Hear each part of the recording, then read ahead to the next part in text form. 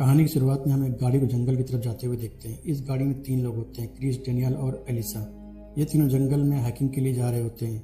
रास्ते में डेनियल गाड़ी को रोककर बाथरूम के लिए चला जाता है। तभी क्रिस एलिसा से कहता है, कल रात के बारे में क्या सोचा है तुमने? एलिसा क्रिस से कहती है, अभी चुप रहो, वो सब मिस्टेक से हुआ था, इसलिए उसे भूल जाओ। उसके बाद ये लोग गाड़ी लेकर जंगल के अंदर चले जाते हैं। यहाँ पे डेनियल इनसे कहता है, इस जगह पर गैस और ऑयल के लिए जंग हुई थी, तब रसिया ने यहाँ पर बहुत सारे जमीन पे लैंड माइन बिछाए थे। क्रिस और एलिसिया सुनकर हंसने लगते हैं और फिर ये काफी दूर चलने के बाद घेर हो जाते हैं। फिर हमें पता चलता है डेनियल और एलिसिया दोनों एक दूसरे से प्यार करते हैं और दोनों जल्द ही शादी करने वाले होते हैं। यहाँ पर डेनियल और एलिसिया को देखकर क्रिस कुछ अजीब सी हरकत करता है। डेनियल क्रिस से कहता है, क्या हुआ है तुम्हें? क्रिस कहता है, कुछ नहीं, मुझे यहाँ पर बहुत मजा आ रहा है। अभी ये लोग रात होने पे टेंट यहाँ पर ही लगा लेते हैं और बैठकर आग ताप रहे होते हैं। डेनियल क्रिस को खामोश बैठा देखकर के कहता है, तुम क्यों इतना चुप हो? तुम मेरे बेस्ट फ्रेंड हो। मैं शादी करने के बाद तुम्हें नहीं भूलूंगा। हम इसी तरह पार्टी करते रहेंगे और हमेशा साथ में घूमते रहेंगे। क्रिस कहता है, ऐसी कोई बात नहीं है, रात ज्यादा हो गई है तो चलो अब हम सो जाते हैं। और फिर हम अगली सुबह देखते हैं, क्रिस सोकर उठता है और एक आदमी को देखता है। डेनियल के बैग से कुछ निकाल रहा होता है। क्रिस भाग कर जाता है और उससे झगड़ा करने लगता है। तभी डेनियल वहां पर आकर कहता है, ये मेरा दोस्त है, इसका नाम डेवी है। ये मेरे बैग से कैमरा निकाल रहा था हमारी फोटो खींचने के लिए। क्रिस डेवी को सॉरी बोलता है और फिर ये तीनों फोटो खिंचाने के लिए एक जगह पे खड़े हो जाते हैं। डेवी इनको थोड़ा साइड होकर खड़े होने को कहता है। डेवी जैसा कहता है वैसा ही लोग करते हैं और जैसे ही डेवी कैमरे में देखता है उसको क्रिस के पैर के नीचे एक लैंड माइन नजर आता है और क्रिस को हिलने से मना करता है। डेनियल उसके पैर के पास चेक करता है, वहां पर सच में एक बम होता है। डेवी क्रिस से कहता है, तुम यहाँ से हिलना मत, अगर तुम जरा सा भी हिलोगे तो बम फट जाएगा, तो तुम यहाँ से बिल्कुल भी नहीं हिलना। मैं एक काम करता हूँ, मैं टाउन जाकर वहाँ से मदद लेकर आता हूँ, लेकिन मुझे वापस आने के लिए कम से कम 4 घंटे लग जाएंगे। और फिर डेवी यहाँ से बोलकर चला जाता है। क्रिस डेनियल और एलिसिया को बम से दूर रहने के लिए कहता है, लेकिन डेनियल वहीं पे खड़ा रहता है और कहता है, तुम मेरे बेस्ट फ्रेंड हो, मैं तुम्हें छोड़कर कहीं नहीं जाऊंगा, कोई मदद के लिए यहाँ नहीं आ जाता। डेनियल एलिसिया को दूर जाने के लिए कहता है और फिर डेनियल भी उसके पास चला जाता है और अपना मोबाइल निकाल कर कहता है, मेरे फोन में नेटवर्क आ गया है। एलिसिया खुश हो जाती है, डेनियल को कॉल करने के लिए कहती है और हेल्प बुलाने के लिए कहती है। डेनियल पहले कॉल लगाता है और फिर फोन को अपने कान से हटाकर कहता है, वो हमारी मदद नहीं करेंगे। एलिसिया कहती है, क्यों? डेनियल कहता है, वो गंदी औरतों की हेल्प नहीं करते। एलिसिया डेनियल से कहती है, मैं तुम्हें सब कुछ बताने वाली थी। क्रिस और मेरे बीच में जो भी हुआ वो एक मिस्टेक से हुआ था। प्लीज कॉल करो और हमें मदद की जरूरत है। डेनियल कहता है, मेरे फोन में कोई नेटवर्क नहीं है, मैंने झूठ बोला था। और एक बेलचा ला कर देता है एलिसिया को और एलिसिया से कहता है, अगर तुम क्रिस को बचाना चाहती हो तो इसके पीछे एक गड्ढा खोदो ताकि ये जब बम से पैर हटाए गड्ढे में गिर कर बच जाए। तभी हम देखते हैं अभी तक डेनियल ने लैंडमाइन का पिन नहीं निकाला होता और डेनियल लैंडमाइन से उसकी पिन निकालकर जंगल की झाड़ियों में फेंक देता है और यहाँ से चला जाता है। और हम देखते हैं डेवी उसका एक पहाड़ी के पास इंतजार कर रहा होता है। तब ये सब डेवी और डेनियल ने मिलकर किया होता है। इधर एलिसिया झाड़ियों के पीछे से जाकर बम की पिन ढूंढकर लेके आती है और उसको वापस लैंडमाइन में लगाने लगती है, लेकिन वो उसमें नहीं लगता। क्रिस एलिसिया को यहाँ से जाने के लिए कहता है, लेकिन एलिसिया कहती है, मैंने वहाँ पर आग लगा दी, उसका धुआं देखकर शायद कोई हमारी मदद के लिए आ जाए। तभी वहाँ पर एक आदमी आ जाता है और एलिसिया उसे कहती है, क्रिस के पैर के नीचे एक लैंडमाइन है। इस आदमी का नाम इलिया होता है। इलिया कहता है, क्रिस तुम्हारा हस्बैंड है? एलिसिया कहती है, नहीं, ये मेरा दोस्त है, प्लीज हमारी मदद करो। इलिया कहता है, ठीक है, लेकिन कैसे? एलिसिया कहती है, हमें क्रिस के पीछे एक गड्ढा खोदना है। इलिया कहता है, ठीक है, लेकिन ये सब हुआ कैसे? एलिसिया कहती है, ये सब पर्सनल बातें हैं। इलिया कहता है, तो ठीक है, मैं जा रहा हूँ, अगर तुमको मेरी हेल्प चाहिए तो मुझे सारी बातें बताओ। एलिसिया सब कुछ बता देती है। मेरे मंगतर को पता चल गया है कि मेरा और क्रिस के साथ भी कोई रिश्ता था, लेकिन वो मिस्टेक से हुआ था। इलिया कहता है, ठीक है, मैं तुम्हारी मदद करूंगा, लेकिन पहले तुमको मेरे साथ एक गेम खेलना होगा।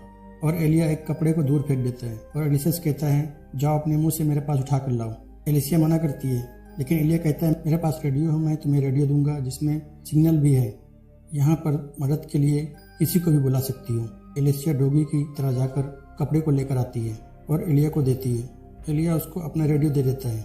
एलिसिया उसे कॉल करती है हेल्प सेंटर में, लेकिन दूसरी तरफ से स्पेनिश भाषा में कोई बोल रहा होता है। एलिसिया को और क्रिस को स्पेनिश नहीं आती। एलिसिया कहती है, प्लीज इंग्लिश में बोलिए, लेकिन दूसरी तरफ से स्पेनिश में ही वो बोल रहे होते हैं, उनको इंग्लिश नहीं आती। काफी देर तक एलिसिया उनसे इंग्लिश में बोल रही होती है, लेकिन वो एलिसिया की बात नहीं समझ पाते। एलिसिया एलिया से कहती है तुम ट्रांसलेट कर दो इंग्लिश को स्पेनिश में, तुम्हें स्पेनिश आती है।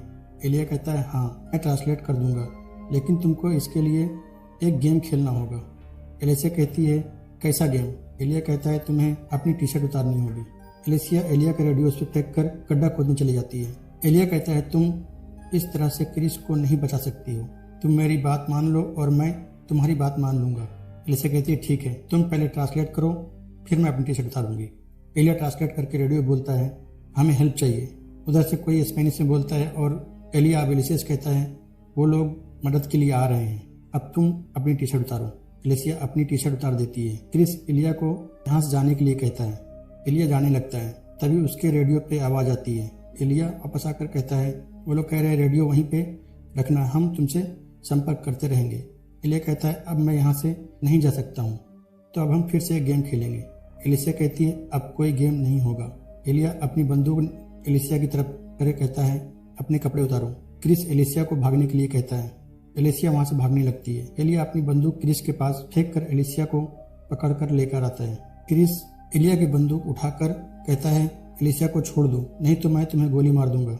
एलिया एलिसिया के गर्दन पर चाकू रख देता है और कहता है मैं एलिसिया को मार दूंगा, और एलिसिया को घसीट कर झाड़ियों की तरफ लेकर जाता है और उसका वहीं पे रेप कर देता है। और उसका रेप करने के बाद एलिया दूसरी तरफ जैसे ही हटता है क्रिस एलिया पे गोली चला देता है, और तभी एलिया का डॉग क्रिस को धक्का देकर नीचे गिरा देता है और गोली एलिसिया को जाकर लग जाती है। क्रिस बेहोश हो जाता है, और जब क्रिस को थोड़ा थोड़ा होश आता है एलिया एलिसिया को क्रिस के पास रख कर कहता है तुम शायद हॉलीवुड मूवी नहीं देखते, ये बम नकली था।